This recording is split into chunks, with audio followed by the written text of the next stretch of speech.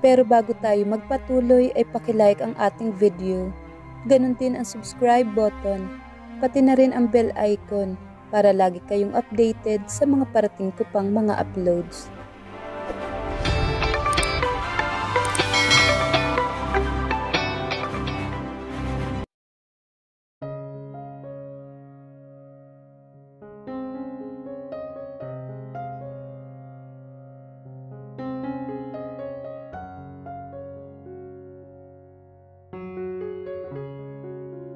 Umuuga ang pakiramdam ni Jade. Mistula siyang idinuduyan sa alapaap. Wala man sa tamang wisyo, ngunit umaabot sa kanyang ilong ang napakaayang amoy. It was a familiar masculine scent. Dahan-dahan niyang iminulat ang kanyang mga mata. Sa pagbabalik ng kanyang diwa, ay sinalubong siya ng isang napakagandang tanawin. Jax, bulong ng puso niya. Kaagad na nanubig ang gilid ng kanyang mga mata. Hindi siya makapaniwala na matapos ang mahabang panahon, ay nagkalapit sila ng ganito ni Jax. She missed this familiar feeling. Pinananabikan ng sistema niya ang init ng katawan nito, ang lahat-lahat dito. Sa isang iglap, ay tumunghay si Jax sa kanya. Naramdaman niya ang paghinto nito sa paghakbang. And what really mattered at that moment are those gray eyes staring down on her. Still beautiful and gorgeous. Nagwawala kaagad ang puso niya. Pero teka, di nga ba't naiinis siya sa lalaking ito? Kanina pa nagpupuyos ang puso niya, kung saan-saan na dumating ang imahinasyon niya. In her mind, she had already painted those awful scenarios. Between him and that woman she hated so much. How this man got her so worried and scared. At amoy alak ito ngayon ha? Si Celine ba ang kasama nitong nag-inom? Ang hudas na babaeng yun ba, na hindi nahihiyang ipagduldulan ng sarili sa lalaking may asawa na? Tumipon ng galit sa dibdib niya, para yung bulkang sumabog. Ibaba mo ko, malamig na boses niyang utos. Wala siyang balak na itago ang yamot sa boses at muka. Pinamahayan ng pagtataka ang gwapong mukha ni Jax. His forehead creased. Ang katamtamang kapal ng mga kilay ay halos nag-isang linya na lang. Kung kanina ay mababakas ang pagiging kalmante sa itsura nito, ngayon ay napalitan niyon ng pagkabahala at pagtataka. Ibaba mo ko sabi! May kasama ng pagtaas ng tono niyang dagdag. Jax didn't listen. Binawi nito ang mga mata at nagpatuloy sa paghakbang. They were heading to the bedroom for God's sake. Ang kapal ng mukha nito. Matapos magpakalasing at magpakasaya sa kandungan ng ibang babae, sisiping naman sa kanya. Ano bang tingin nito sa kanya? Inilapat niya ang kanyang mga palad sa matigas nitong dibdib at itinulak ito. Pinilit niyang kumawala sa pagkakakarga nito. Jade, tumigil ka nga! Jade. All of a sudden, she was Jade again. Noong nakaraan lang, iniayaw nitong kausapin siya. Ayaw nitong banggitin ang pangalan niya. Sabi ko, ibaba mo ako! Kinagat niya ang dibdib nito. Daan upang mabitawan siya nito. Naibaba siya nito nang wala sa oras. Mabuti na lang napahawak siya sa hamba ng pintuan at napanatili niya ang tatag ng tayo. Nakita niyang namilipit si Jack sa sakit at panay ang ginagawa nitong paghima sa bahaging kinagat niya. Para saan yun, ha? Gusto niyang maawa rito, but she was too overcome with her emotions. San ka galing, ha? San ka galing, Jax? Ramdam niyang tinitimping galit ni Jade. Halos naglapat lang ang mga labi nito habang sinasad ang tanong na yun. Ang mga kamay nito nasa gilid ng katawan at mariing nakahawak sa tela ng suot na pantulog. Dapat niya itong aluin upang mapawi ang apoy ng galit na nasa mga mata nito. Ito ang unang beses na nagpapakita ng ganitong emosyon si Jade. She was mad over something and he needed to pacify it. Pero wag muna, sabi ng bahagi ng utak niya. He was still enjoying the most beautiful scenery in his eyes. Si Jade ay isang walang sapi na si Doctress. Magulong buhok nito, nag-aanyaya na paraanan ng mga daliri. Wala sa ayos ang buhok pero bakit ang hot pa ring tignan ng mahal niyang asawa? Maluwang ang suot nito. In fact, balot na balot ang katawan nito pero ipinipinta ng isip niya ang nakatago sa ilalim ng kasuotan nito. Underneath is a goddess body he wanted to worship over and over again. Isipin pa lang na maaaring gawin sa katawan nito, nagiging pasaway na kaagad ang alaga niya. He was aroused. Naninikip ng bukol sa ilalim ng kanyang pantalon. May mga bagay na kanina pa nagwawala roon, lalo na nang maaninag ang dibdib na nahulmas sa nepis na pantulog nito. Jesus Christ, wala siyang suot na bra. Jade, kung alam mo lang how much of a turn on you are. Pero saka na, Pakikinggan na muna niya ang mga sasabihin nito. Nararamdaman na lang niya ang pagtama ng maliliit na bagay sa kanyang dibdib. Ano? Napipika na ba? Nangangatalang bibig nito. Halos maiiyak na ito sa galit. Naaalarmang nilapitan niya ito, ngunit sa bawat paghakbang niya, umaatras naman ito. Diyan ka lang! Sagutin mo ang tanong ko sa iyong hayop ka! Nagmumura na ito. Kailangan na niya itong paliwanagan. Jade, lumabas lang ako sandali. Saan ka nga nagpunta at sinong kasama mo, ha? Nasa punto na siya na gusto na niyang kuyumusin ang halikang bibig nito. Kasama ko si Paolo. Talaga lang, ha? Pinagdududahan ba siya nito na nambababae siya? Nasaan si Celine? Saan mo siya tinatago? Sinuyod nito ng tingin ng bawat naaabot ng mga mata nito. Ano? Gulat na gulat siya sa sinabi nito. So si Celine ang pinagmumula ng pag-aalburuto nito ngayon? Maang-maangan ka pa, ha? Alam ko naman ang hilatsya mo. Ang hilig mo sa babae, ang hayok mo. Balak mo pa talagang dalhin ng Celine na yun dito sa bahay mo? Ang kapal talaga ng mukha mo, Jax, no? Mahabang litaniya na nagtaas baba ang dibdib. Naroroong napapamewang pa ito. Are you accusing me na ng bababae ako, ha, Jade? Iyon ang isang bagay na pinakakaya mong gawin, Jax. Umalpas na rin ang galit sa kanya. Gaano man niya pigilan, ay nakakatuya na rin ang mga naririnig niya. Eh, ikaw, anong ginagawa mo at kasama mo si David? Sumbatan na akong sumbatan. Huwag mong ibalik sa akin ang sumbat. Ikaw tong may atraso. Jesus, Jade, saan ba nanggagaling yan, ha? Napahilamos siya sa muka. Frustration started to rush in his system.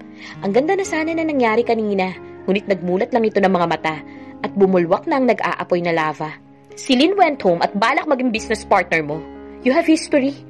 Mamaya, higit pa sa business partnership ang meron kayo. Noon pa man kasi patay na patay ng babaeng yun sa'yo, hindi ba? Nakayuko mga kamao. Alam niyang sinisikap na huwag maiyak pero traidor ang mga luha nito. Nagsilaglagan ang mga yun sa pisngi. Instantly, nawala din ang kinikimkim niyang inis. Nangako ka, Jax? Nangako ka sa akin, di ba? Hapong napaupo ito sa malapit na sofa. Itinaas nito ang mga tuhod at inilubog doon ang muka habang yakap nito ang mga binti. Nakita na lang niyang nagtaas baba ang balikat nito. She was sobbing. Seeing her crying remained his biggest weakness. Mas nasasaktan siya. Pakiramdam niya, hinihiwa ang puso niya. Kaagad niya itong nilapitan. Lumuhod siya sa harapan nito at binakod ang mga braso sa maliit nitong katawan. Jade, he whispered her name. Sa pamamagitan ng pagbanggit ng pangalan nito, nais niyang ipaabot kung gaano siya nangungulila. Nagpatuloy lang ito sa pag-iyak. Let's talk, okay? Sa mahinahong boses, pakiusap niya rito. Please, Jade. In over some minutes, nanatiling ganon ang ayos nila. Hanggang sa dahan-dahan ito nag-angat ng muka. Hilam sa luha ang mga mata nito. She looks so hurt. Ngunit naroon din ang tatag sa mga mata. Matapang na sinalubong ang mga titig niya. She was silently asking for a conversation. Kanina pa ako hintay ng hintay sa'yo, Jax. Parang batang sumbong nito.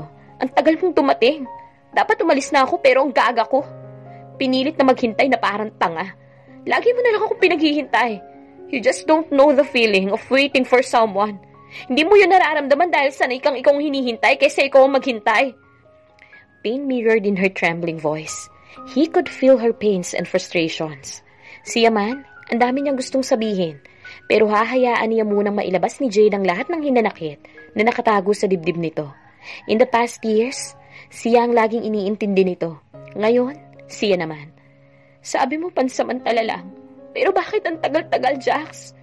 May malalim na hinagpi sa boses ni Jade. Hindi lang kung ano ang pinag-uusapan nila. It was more than that. He never thought it was her who would initiate it. Ang tagal nila nag-usap at mabigat na bagay kaagad ang unang pag-uusapan nila. Gusto mong lumayo muna. Hinayaan kita. Mababanaag na rin ang pait sa boses niya. Marahas na naging titig nito sa kanya. Pero bakit hinintay mong umabot ng 3 taon? Hindi ko kasi alam kung kailan ang tamang panahon para kunin ka ulit. I-claim na para akong bagahe, ha? Mabuti pa nga ang bagahe, binabalikan. He was taken aback by her words. All this time, naghihintay lang pala itong balikan niya. Kung alam lang nitong kating-kati siyang mabuo ang pamilya niya. Ang hirap na mahalin nito mula sa malayo. Bakit hindi mo ako tinanong, Jax? Akala mo ba madaling gawin yun? You should have at least tried. Pero wala eh. Ni ayaw mo akong kausapin. Ni ayaw mo akong tapunan ng tingin. And you know how it made me feel? I felt so hurt. Para kung mikrobyo na pinandidirihan mo. Pinahid nito sa likod ng palad ang bumalong na mga luha. Umangat ang mga palad niya upang haplusin ang pisngi nito, ngunit sinalag nito ang kamay niya. Galit nga talaga. How am I supposed to react when you're with David? Of all men, si Dave pa talaga, na balak na mag-propose sa'yo ngayong gabi. Ha? Anong proposal ang pinagsasasabi mo? He's just a friend. May bahid ng pangumbising sagot nito. Nagitlaan ng kunot ang makinis na noo. Na lagi mong kasama, hinahayaan mong ihatid ka sa bahay samantalang sa akin, ni ayaw mong magpahawak. Lumabas na rin ang hinanakit niya sa dibdib. Aksidente lang yun. It was the first time ever. Kahit magkahiwalay tayo ni minsan, hindi ako nagloko. Wala akong ibang tinitigang lalaki maliban sa'yo. Jade is the most honest human being on earth. Naniniwala siya rito. Ayaw niyang umabot sila sa puntong magsusumbatan, pero kinailangan. They needed to clear all clouds of doubt between them. Yung Celine, anong meron sa inyong dalawa? Balik sa pagiging mabalasik ang anyo nito. Nagpalinis ka pa talaga ng bahay para lang sa kanya, ha? Mag-fishing pa daw kayo. Ano bang nais niyang mabingwit, ha? Yang bayag mo o ikaw mismo? She was in a bit vulgar and damn jealous. Bahagya pa nitong binayong nakayukom na kamao sa balikat niya. Pumapalakpak naman ang puso niya sa tuwa. He took pride on how Jade got jealous of him. Nakakalalaki sa pakiramdam. Nakakapagbigay assurance na mahalaga talaga siya rito. Ganito pala ang Jade niya kapag nagsiselos. Parang maamong kuting na nakahandang mangalmot anumang oras. And she looks so cute and sexy when she's angry. Saan mo ba napupulot ang ideyang yan? Yes, nasa bansa si Celine, pero wala kaming usapan na magkikita. And I don't even have the slightest plan to see her again. Masama ang naging titig nito sa kanya. Her pretty face was blemished again with dark expression. So, sinasabi mong sinungaling si Alexa, ha? Ano? Si Alexa? Napabugas siya ng hangin. Si Alexa ang pinakaunang taong nagtutulak sa kanya palapit kay Jade. Tinamaan silang dalawa ng realization. Napapaglaruan na naman sila. Nakaset up sila. Ngunit sa pagkakataong ito, ito'y isang uri ng napakagandang pagmamanipula. My God. Pagkatapos ng lahat, ito ay sina Alexa at David palang may pakana. Sinetap nila tayo? For quite some time, nanahimik sila. Kapwa nila dinadigest sa mga pangyayari. Ibang tao na ang nagbigay ng tulay sa kanila para magkalapit ng ganito, para makapag-usap at mapakawala ng mga damdamin. If not, baka naunahan pa rin sila ng pagdududa at takot, na kung tutuusin, mahal naman nila ang isa't isa, pumapaibabaw lang talaga ang mga pride nila. Walang takot na umangat ang mga palad niya. Isinuksok ang mga yun sa leeg ni Jade at marahang hinaplos ng hinlalaki ang naaabot na bahagi ng pisngi nito. Dahan-dahan niyang ibinaba ang mukha palapit rito. Walang anumang senyales na iilag ito sa kanya. And before he could land his lips on hers, kusa nitong nahilang collar ng suot niyang t-shirt. Nagbungguan ang mga ilong at naglapat ang mga labi nila. They were staring at each other intently. Parehong nais ipakita ni Jade ang tapang at apoy sa mga mata nito. They were both burning with so much desire and passion. Jax, bulong niya sa labi. Nakakalasing ang mainit at mabawang hininga nito. Pumapaypay yun sa kanyang muka. That little movement of her soft lips ignited the lava of feelings inside of him. Pati ang nang-aakit na mga titik ay nakakasaling din. Kunin mo ako. Mahina at mapang-akit niyang bulong. It was all he needed. He crushed his lips against hers. Uhaw na inangkin nila ang labi ng isa't isa. He knew a kiss was not enough for the both of them. Mahaba pa ang gabi at ipinapangako niyang sasambahin si Jade sa bawat segundong lilipas. Ipaparamdam niyang pagmamahal dito ng buong puso at kaluluwa. The sensation was too much to bear. Jax wanted to make this night as gentle as he could, pero ang katawan na rin mismo ang sumasalungat. His hand and his lips moved with urgency. Hindi niya mapigilan ng gigil at halos lapain na niya mga labi ni Jade. Ito ang pinakaunang beses nila matapos ang ilang taon. He wanted for this night to be memorable. Ngunit sadyang nakakabaliw si Jade. Halik pa lang ang pinagsasaluhan nila, nawawala na siya sa tamang huwisyo. I miss you so much, anas niya, nang pansamantala niyang tantanan ng labi ni Jade. Nangangapal na ang mga iyon, namamasan at nangingintab. It's my saliva that made her lips glisten, bunyi ng utak niya. They were both catching their breath, both caressing each other's face. Matiim nilang tinititigan ang mga mata ng isa't isa. Pareho silang nag-aapoy sa init. Sinuyod niya ang paningin ng kabuuan ng mukha nito, like he was meaning to do for a long time. Walang nagbago. She was still pretty and cute at the same time. Pero sa ngayon, isa siyang sensual goddess na handang sumuko sa mga gusto nito. I love you, marubdob niyang saad ng buong pagkatao niya. Pinatakan niya ng halik ang labi nito. Pinigilan nito ang mukha niya at pinalandas ang hintuturo sa mga labi niya. I love you so much, Jax. But please, shut up and make love to me. Nahahamon ng mga titig nito. Nang aakit ang boses, Jade even bit her lip and traced the shape of his swollen mouth erotically. Nag-iiwan niyo ng langit-ngit sa kanyang katawan patungo sa kanyang pagkalalaki. He was bulging by the minute. Ramdam niya ang pag-iinit ng kanyang buong muka. Alam niyang namumula na siya sa pagnanasa. Jade bravely slid her tongue inside the warm mouth. Hinuli niya ang palapulsuhan nito and seductively, he sucked her tongue. Dinilaan at sinipsip niya yun na parang masarap na dessert. Napadaing si Jade sa kapanghasang ginawa niya. Nakakadala mga daing nito, nakakawala sa tamang bait. And when he couldn't take it anymore, he crushed her lips once more. Walang pag-iingat ang muling pagsasagupaan ng kanilang mga labi. Para siyang nawala sa mundo ng kagati ni Jade ang pang-ibabang labi niya. It stung, but it never equaled the sensation made by her soft tongue, roaming the inside of his mouth. Hindi matawaran ang pananabik ni Jake sa kanya. Iba ang kapangahasan, ang init at ang tapang na pinapakita. She sucked his tongue and played with it. Shit! Siya nagpasimula ng lahat. Naging matunog ang halikan nila. She tasted so good. Pati ang mararahas na paghinga, mas nagiging matunog din. At ang mga kamay nila'y kung saan-saan napupunta. He could feel her tugging his hair.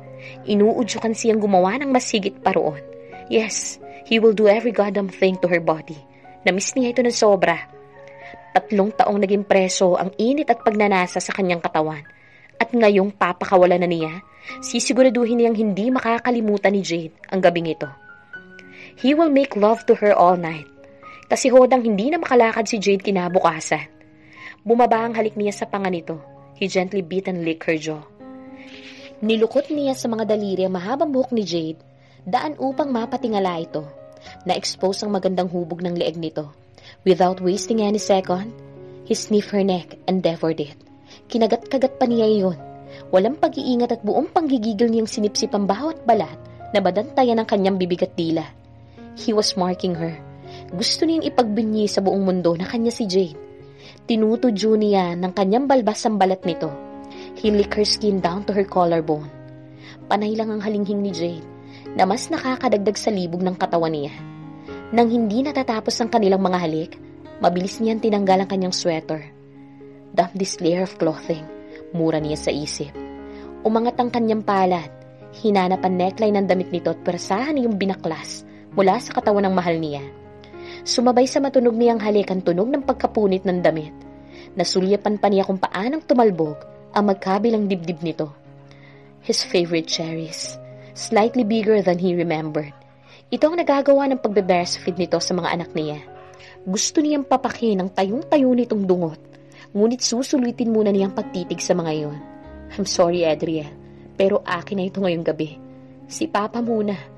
Tuluyan ang pinunit ang damit nito at natipon sa bewang nito at itinapon niyon sa kung saan. Wala siyang itinira.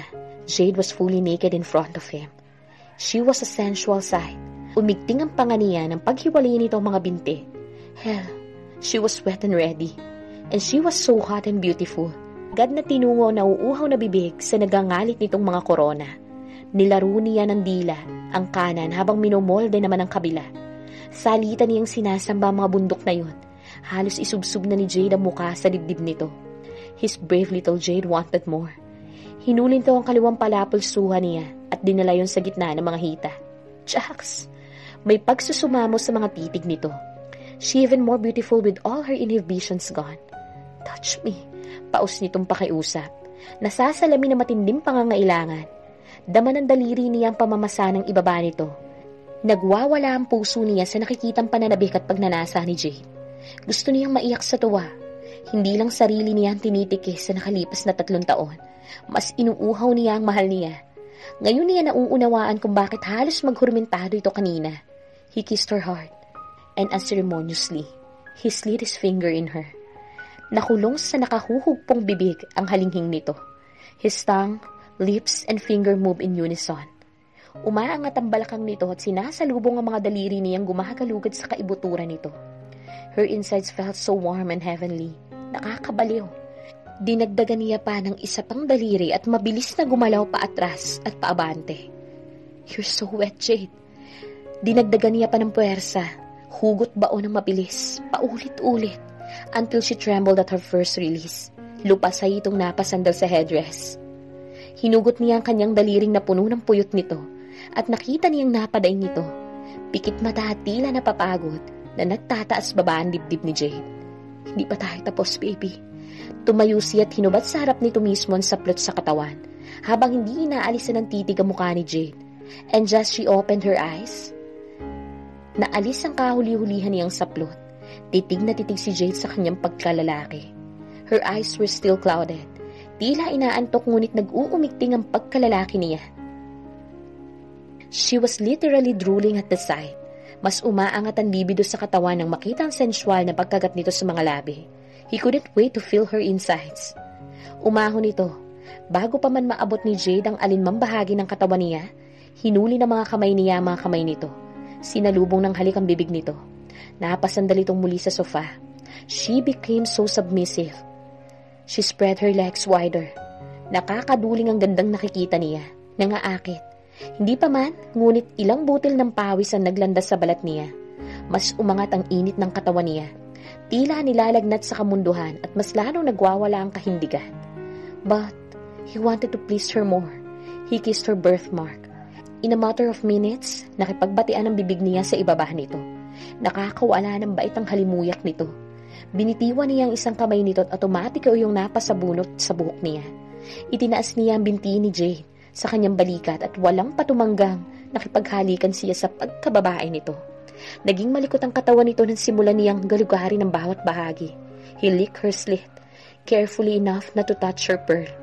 Ilang ulit niyang ginawa at sa bawat beses ay napapahalinghing ito ng malakas. Inaninag niya ang mukha nito. She had that sensual grimace on her lovely face. She looked so seductive with her eyes closed and lips parted. Napapabuga ito ng hangin depende sa galaw ng kanyang bibig at dila. Halos mawala na ang itim ng mga mata nito. Gusto niyang baliwin pa itong lalo. Gusto niyang hanap-hanapin siya ng katawan nito. Mark my word, Jade. Akin ka lang. Masyado na itong inaalipin ng pagnanasa na walang nauunawaan. He opened her folds and forced his tongue to enter her. Mas nabaliw ito. He rubbed her at napahiyaw ito ng malakas. He did both at halos mawala na ito sa tamang ulirat. He rubbed her butt and moved his tongue in and out of her in a fast pace, and she was totally lost in time. Napahigpit ang hawak nito sa buhok at sa braso niya na pinanggigitawan na ng mga ugat. Iniangat ni Jade ang balakang at mas isinubsob siya sa ibaba nito. Kumiwala ang tila nagdideliryo nitong daing. Nanginig, umaharko ang katawan nito. Chaps! Mahaba nitong ungol at bumulwak ang malapuyot nitong dagta sa entrada. He made her come twice with just his mouth and his fingers. Paano pa kaya kapag napag-isa na ang kanilang mga katawan? He wasted nothing of her sweet scent. He licked every bit of heat she had just released. Nakakaadik ang halimuyak ni Jade, lalo na ang init na inilalabas nito. Ang sarap mo, love. Bumukas ang napapagod nitong mga mata. Namula ito habang nakatutok sa ginagawa niya.